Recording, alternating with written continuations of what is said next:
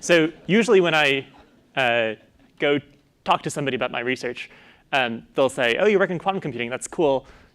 I have something I'm trying to compute, and it's very slow. Can your quantum computer do it? And I wish the answer were yes, but usually the answer is no. They're interested in some tasks that maybe, I don't know, neural networks need, like matrix multiplication. But quantum computers are very, very specialized. So many people say they can do many things. Often those are slightly overstated. For many tasks that we actually care about, quantum computers are largely useless. Virtually, their only very secure application that we know that they're going to be good at is factoring. But even the utility for improving the world by factoring is also a little unclear. So then they'll sometimes tell me a problem that maybe quantum computers are useful at. And they'll say, oh, I'm simulating some molecule. And OK, I don't know any chemistry, but they do. And they say, here's a problem that I have. Can you help? And what I'd really like to tell them is that, yes, I could totally help. Nature is quantum mechanical, damn it, and we need a quantum computer to simulate it. But sadly, what they'll say is they'll have some particular system. And I don't know if they can actually get a quantum speedup for that particular system. And so what I have to say is that, well, I can promise that there's a very contrived quantum system that I have. It also does arbitrary quantum computations, including factoring. But you could write it as a molecule, and quantum computers could do that faster. And then they give me a molecule, and I'm like, well, rip, I don't know what to say about this. So yeah, this talk is trying to overcome that and try to build a theory for quantum advantage where we say, oh, here's your physical system. Yes, a quantum computer can do better than a classical computer. That's kind of the focus of my research at the moment. And this requires understanding how physics informs computation. And this is a very long history. I think many of us know more physics than computation, so I'll tell you a bit about computational complexity so we're on the same page. So classical computers, you've probably heard of these complexity classes, P and NP. Roughly speaking, very informally, P is something that your laptop can do very quickly. And NP is a set of problems that your laptop can check the answer very quickly. I'll give you the answer, and your laptop says, yes, that is the answer. That's what NP does. But crucially, the little Venn diagram I drew where P is inside NP is slightly contrived in the definitions. So what the problems in the NP but not P section of this Venn diagram are problems that are hard in the worst case. So you might have heard, for instance, that the traveling salesman problem is hard. A salesman wants to go to a bunch of houses, and he wants to end up where he started, and he wants to do it in less than, 10 miles since he's going by foot. And some of these problems are easy, like this one on the left. If I give you these houses, you could probably draw the circle and be like, well, that's the shortest route. How is this NP hard? But the point is that some of them are also much harder. And so it's a statement that there exists some problem that is hard. It's not necessarily the problem that you care about. OK, so the same story holds in the quantum setting, where we have BQP instead of P and QMA instead of NP. And we want to find problems that might have quantum advantage for some problem instance. And that's, in complexity theory, traditionally a worst case statement. But we want to kind of go further and make, for your particular molecule, we have quantum advantage sort of claim. This is where phase transitions come in. So let's recall a bit of physics. You might have seen magnets. They have spin up and spin down things. So they would all try to align to be spin up, for example. This is what my little picture is showing. We can write that as a Hamiltonian. Again, apologies about the typesetting, where the spins are represented by these configurations, plus or minus 1 to the n. These are the x's. And we have some coefficients. The partition function is this equation. You sum over all of the spin configurations and exponentiate it with some inverse temperature beta. So beta is 1 over temperature. Knowing this quantity z, or more precisely its log, up to additive error, is enough to determine thermal expectations. So if you want to say, what is this local expectation in my system at thermal equilibrium, it's enough for me to compute log z, and then I could tell you that number. So now we can talk about phase transitions in a somewhat more unusual language, perhaps, than you're used to. You know that water has 3 phases, maybe more, I don't know. But you can also write it kind of in mathematical physics in a more formal way. So you write it in terms of the partition function. Temperature, we all know, is a real number, since our thermometer doesn't have imaginary numbers on it. But the partition function, you can evaluate it for fun at an imaginary temperature. And you'll find that sometimes it comes out to 0. This is a bit weird, since if you remember the definition, it was like summing e to the minus beta h of x, and h of x is a real number. So you really have to go to complex numbers in order to get zeros. A phase transition is when this partition function, the log of it becomes non-analytic. So it's defined in the thermodynamic limit of a large system size. As you take the system size to be infinity, you find that there's like a pinching of zeros on the real beta axis at a particular point, and that's where the phase transition occurs. Now, this is very cool because this allows you to write down a classical algorithm just from knowing this theory. You can try to compute the partition function by Taylor expanding. And if you do that to run into 0, your radius of convergence dies pretty quickly, so you can't go all the way to some temperature close to the phase transition. But you can kind of Taylor expand with an analytic continuation to get there, and that gives you a classical algorithm. Unfortunately, because quantum computation is dominated by computer science people, this algorithm was not particularly appreciated in the community. And so people thought, for example, that there was a particular problem that had a quantum advantage, which was for looking at random fermionic systems. But it turns out that it's classically easy. So knowing this sort of theory is very helpful. But then you might ask, where can I find quantum advantage if not here? Well, you can look at the other side of the phase transition, where I can't play this trick of an analytic continuation. So on this side of the phase transition, you have a nice story of the phase transition actually coinciding with computational hardness for some problems. So spin glasses are an example that people are interested in. So the Gibbs measure over here, this e to the minus beta h of x, is the probability distribution over the spin configurations x. And the support of this probability distribution is supported on clusters. So you can think of this as like one cluster being all spins close to being up, or all spins being close to down. And for some models, at the phase transition, you get discontinuous change in support of this, which obstructs algorithms. In particular, if your algorithm is one that changes the distribution it outputs very smoothly, it breaks at these phase transitions. And so you can use that in your proof to show that it's hard. So this idea, for instance, you can take to look at problems that people thought were in BQP and QMA outside of P and NP, and show that they're actually inside P and NP. I won't get into that too much, but I think these sorts of things are interesting. So now we have things that are classically easy, things that are quantumly hard. We still don't have the magical thing that's quantumly easy and classically hard that we can say we have quantum advantage for that. So let's look a bit harder. You can look at a problem that looks at first nothing like thermodynamics, but rewrite it in the language of thermodynamics.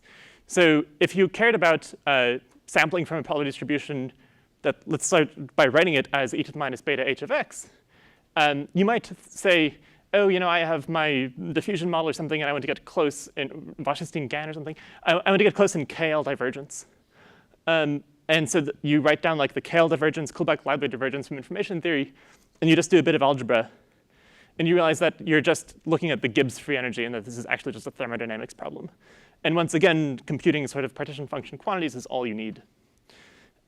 So the problem that we can apply this to is community detection, which I'll very briefly tell you the definition of. We start with some vertices, and we put random edges between them with independent identical probability. This is called an Erdős-Rényi graph. And then we add community labels randomly. In this case, when I did it, the green ones fell on the left and the red ones on the right. But they're random. You don't know what they are.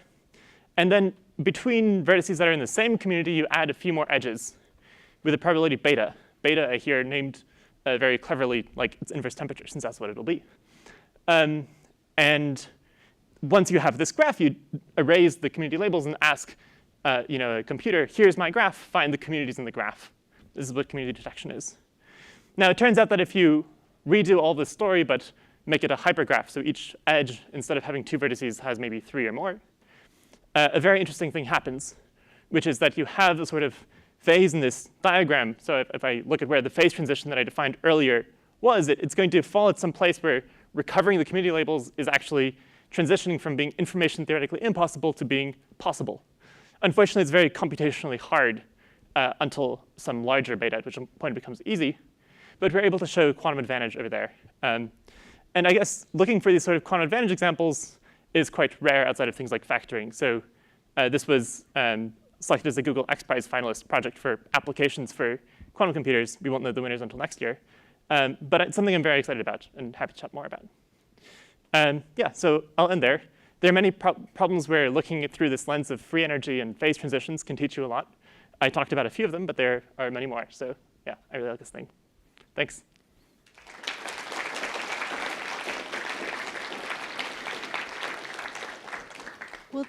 Hello, I'm Nikhil. I'm an incoming fellow, 2026 fellow, and I'm currently at Los Alamos National Laboratory.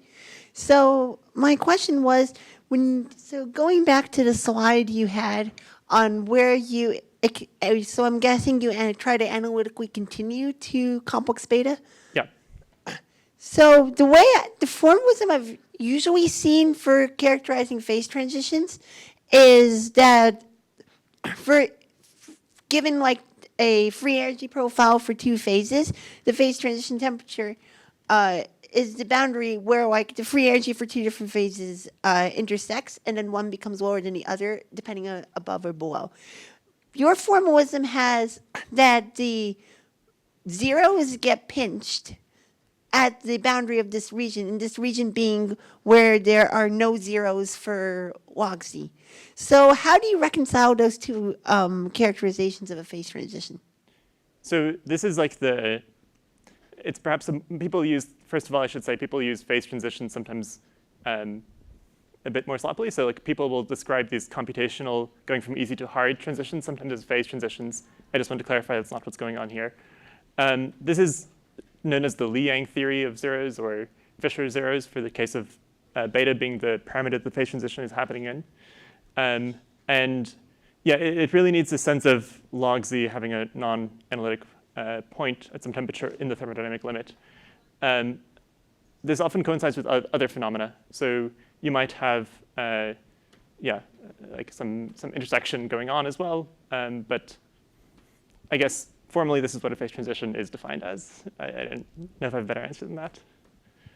I see. And as for where you're saying that log z has a pole in beta, does the order of the pole usually matter in terms of characterizing what the phase transition, or at least what that region is?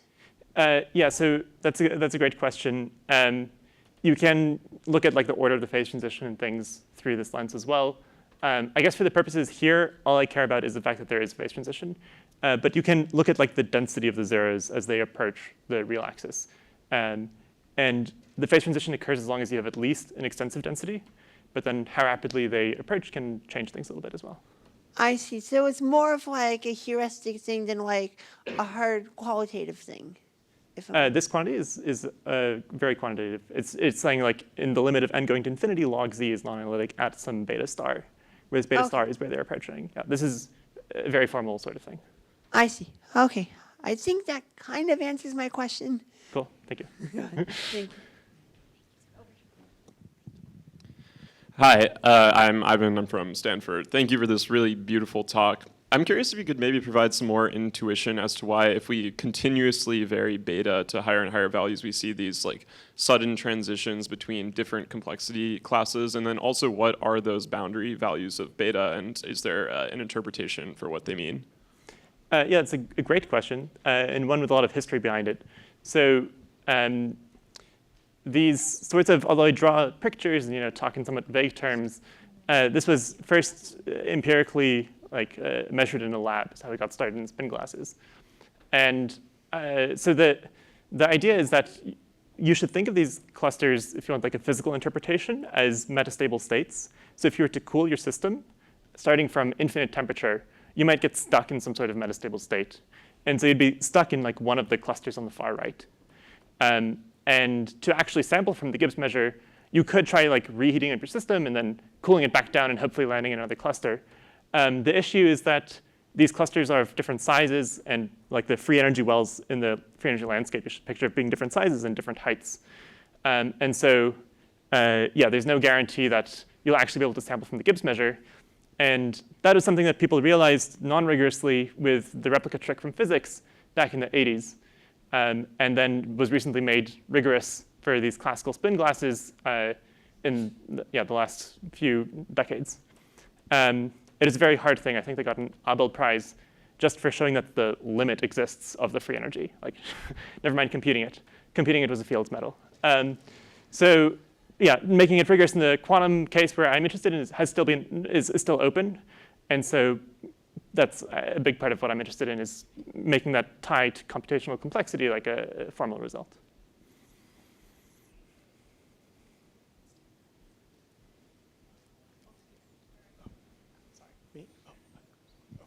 Hi, I'm Vaibhav, I'm a 2023 fellow. Thanks for this great talk. You mentioned that replica symmetry breaking comes into play, and I guess that separates some complexity classes in this case. Colloquially, we often think about the origin of replica symmetry breaking as being a requirement when you have some increased amount of disorder. Like, for instance, like there's this classical result from I think late 80s, early 90s, that, for instance, like finding the optimal free energy for a lattice protein model, for instance, becomes NP-hard, but that's because there's a certain amount of disorder in the folding energy landscape. And of course, classical optimization on some smooth surface then is otherwise very easy, and it doesn't fall into that class. So what in the, I guess, subset of problems that are quantumly easy or not, like separating BQP and QMA, comes from disorder that's like introduced into the actual problem? Yes, that's a great question. It turns out that in order to study sort of asymptotic complexity of these sorts of questions, you can't say, here's a particular molecule, since I can't take a large n limit. So like, I can't say that, well, in the limit of a very large molecule of this nature, it's hard or easy. Because it would just approach like a single number maybe, and that's like a constant sized question now. So we look at random ensembles of Hamiltonians, and it turns out that in the quantum case, although classically having a large random ensemble, usually you have replica symmetry breaking. In the quantum case, you might not. And so this example about fermionic systems, like a random fermionic system, actually the randomness makes it replica symmetric for all constant beta. And even though there might be adversarial coefficients that make it hard. So yeah, these are all the things that I was talking about are all large random systems, but the physics can change quite a bit from system to system. Thanks.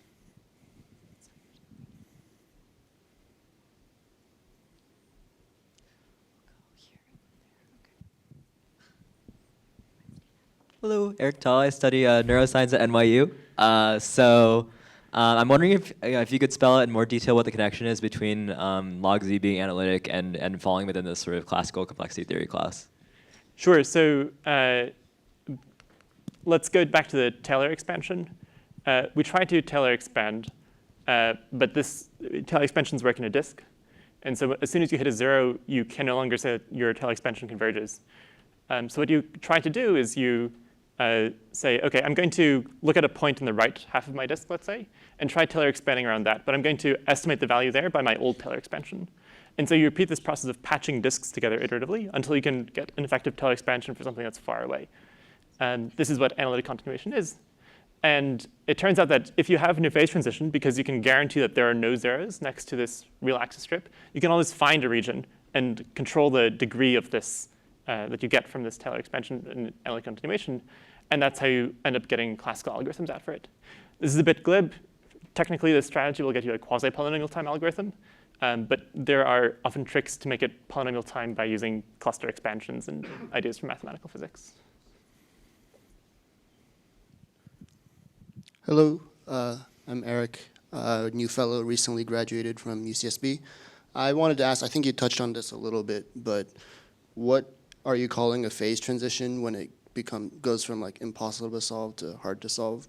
And can you just speak a little bit more about what exactly that is? Yeah, so that phase transition from impossible to hard is like a phase transition in this sense. It's a very formal one. So there, the inverse temperature is the like signal to noise ratio of the communities in the graph. There's another transition that people sometimes call a phase transition that happens between hard and easy. But that's not formally a phase transition in this sense, and so like the physics of it is quite different.